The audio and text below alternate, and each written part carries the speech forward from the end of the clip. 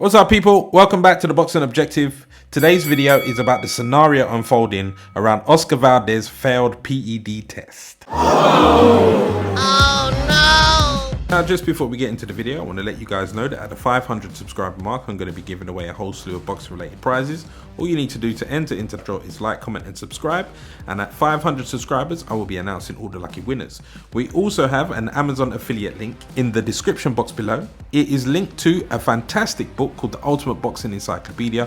Following that link in my description, you can also purchase any of your required items from Amazon. Thank you very much, guys, and I wish you the very best of luck in the prize draw. Oscar Valdez is the current super featherweight WBC champion and was set to defend his crown on the 10th of September against Robson Conte. And Oscar has been found to have the banned substance of phentermine in his system. Now, one would think that automatically this would mean that he would be stripped of his title and face the consequences that come along with being found to have a banned substance in your system after WADA testing. But no, this has not occurred. And it's as a result of the WBC picking and choosing to whether they will decide to follow the guidelines set out by WADA, or if on this occasion, for some strange reason, they've chosen to follow the guidelines set out by WADA, which is a different organization altogether. Now, phentermine is a medication used mostly to lose weight and is considered to be a stimulant, and it's on the WADA banned substance list. WADA stands for the Voluntary Anti-Doping Association and is most commonly associated with most top-level boxers. They are the ones who implement the Clean Box program. That said program that has had multiple boxers pop dirty, including Gerald Big Baby Miller. Now, obviously, Anthony Joshua is signed to WADA. Canelo, to my knowledge, is also signed to WADA.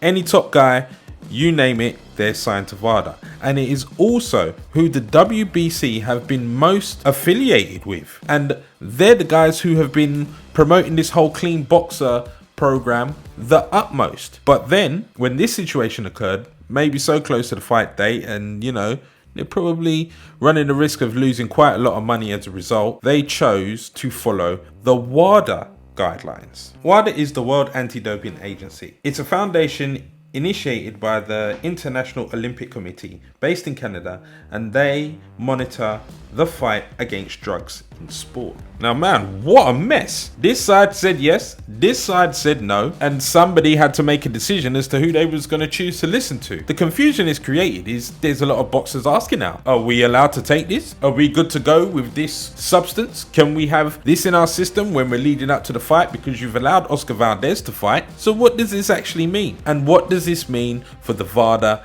Clean Boxers program? Now, one man who's had a lot to say about it, who has been a strong advocate for cleaning up sports and is also like a fountain of information in regards to nutrition and substances in sports, is Mr. Victor Conte. Now, Victor Conte is the founder and president of the BALCO Sports Nutrition Center in California and currently operates Snack Nutrition. Snack Nutrition is a brand of nutritional supplements strongly promoted by boxers. You've probably seen it all over YouTube. And he has had a hell of a lot to say, because the excuse that Oscar Valdez is given through his lawyer is that it was in some kind of herbal tea that contained the banned substance. Stop the cap. Victor Conte has called cap with a capital cap on this one. He's not having any of it. He has demanded that they present scientific evidence to back up that the phentermine was in fact in the herbal tea, because this has never occurred before, and phentermine has never been known to be an ingredient in herbal tea. He has called out Bob Arum and the WBC for corruption, and he is just adamant that there is no excuse for this, that it is cheating. Now, he also stated that if you was to send the information of the supplements that you was choosing to take to WADA, WADA would give you within 2 days all the information you need to know about the said supplement and letting you know whether you should take it or not and what it contains. So how do you manage to take something like this? Now, it wouldn't be the first time that somebody could have potentially unknowingly taken something. I mean, look, this is sports, right? None of us really know what's going on behind the scenes, but the only thing that's obvious to all of us is the amount of money that's involved in sports.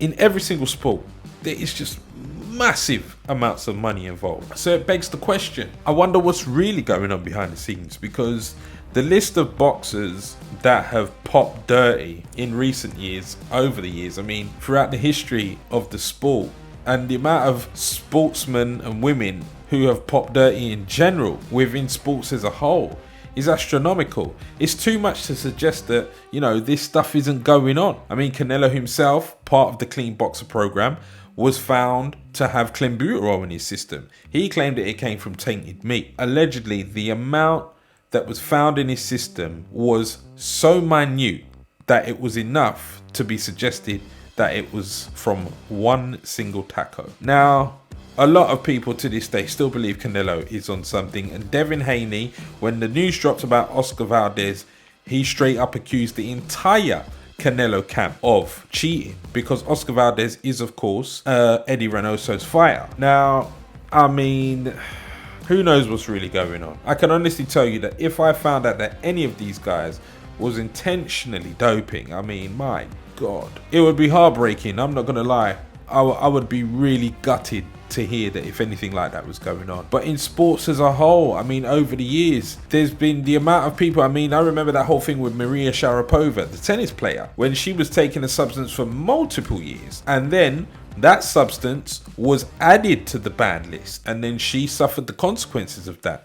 Now, how does that work? I mean, she was taking it while it was legal, it was performance enhancing, and then when they found out what it was, they added it to the list. Now, sometimes you look at some of the things that these guys get caught taking, and it's obvious to some degree, because there's some things that could be an ingredient in something else that you're taking, or there's some things that it can only get in your system if you have in fact injected it or got it in your body other than consuming it from food or consuming it from a supplement. So it's very difficult to tell. But unless you present the evidence to say, look, this is what I was taking, test it yourself, this is where it came from, the traces that you found in my system would correspond with that, okay, you should probably still take the fine, still take the punishment, but at least you would appear to have not been deliberately cheating. Now, in boxing, I mean, my God, the list is so long. I mean, Dylan White's name is on that list, Tyson Fury's name is on that list, Canelo's name is on that list, Alexander Povetkin, but I believe that was as a result of some kind of contamination in the lab, so I don't think he did in actual fact take any performance enhancing drugs. But my God, the list is so long. So what's really going on here?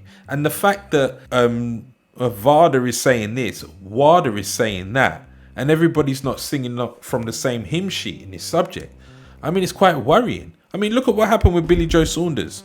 Billy Joe Saunders was using the asthma pump. Can't remember exactly what it was that he was getting from using this asthma pump, but it was in fact enhancing his performance.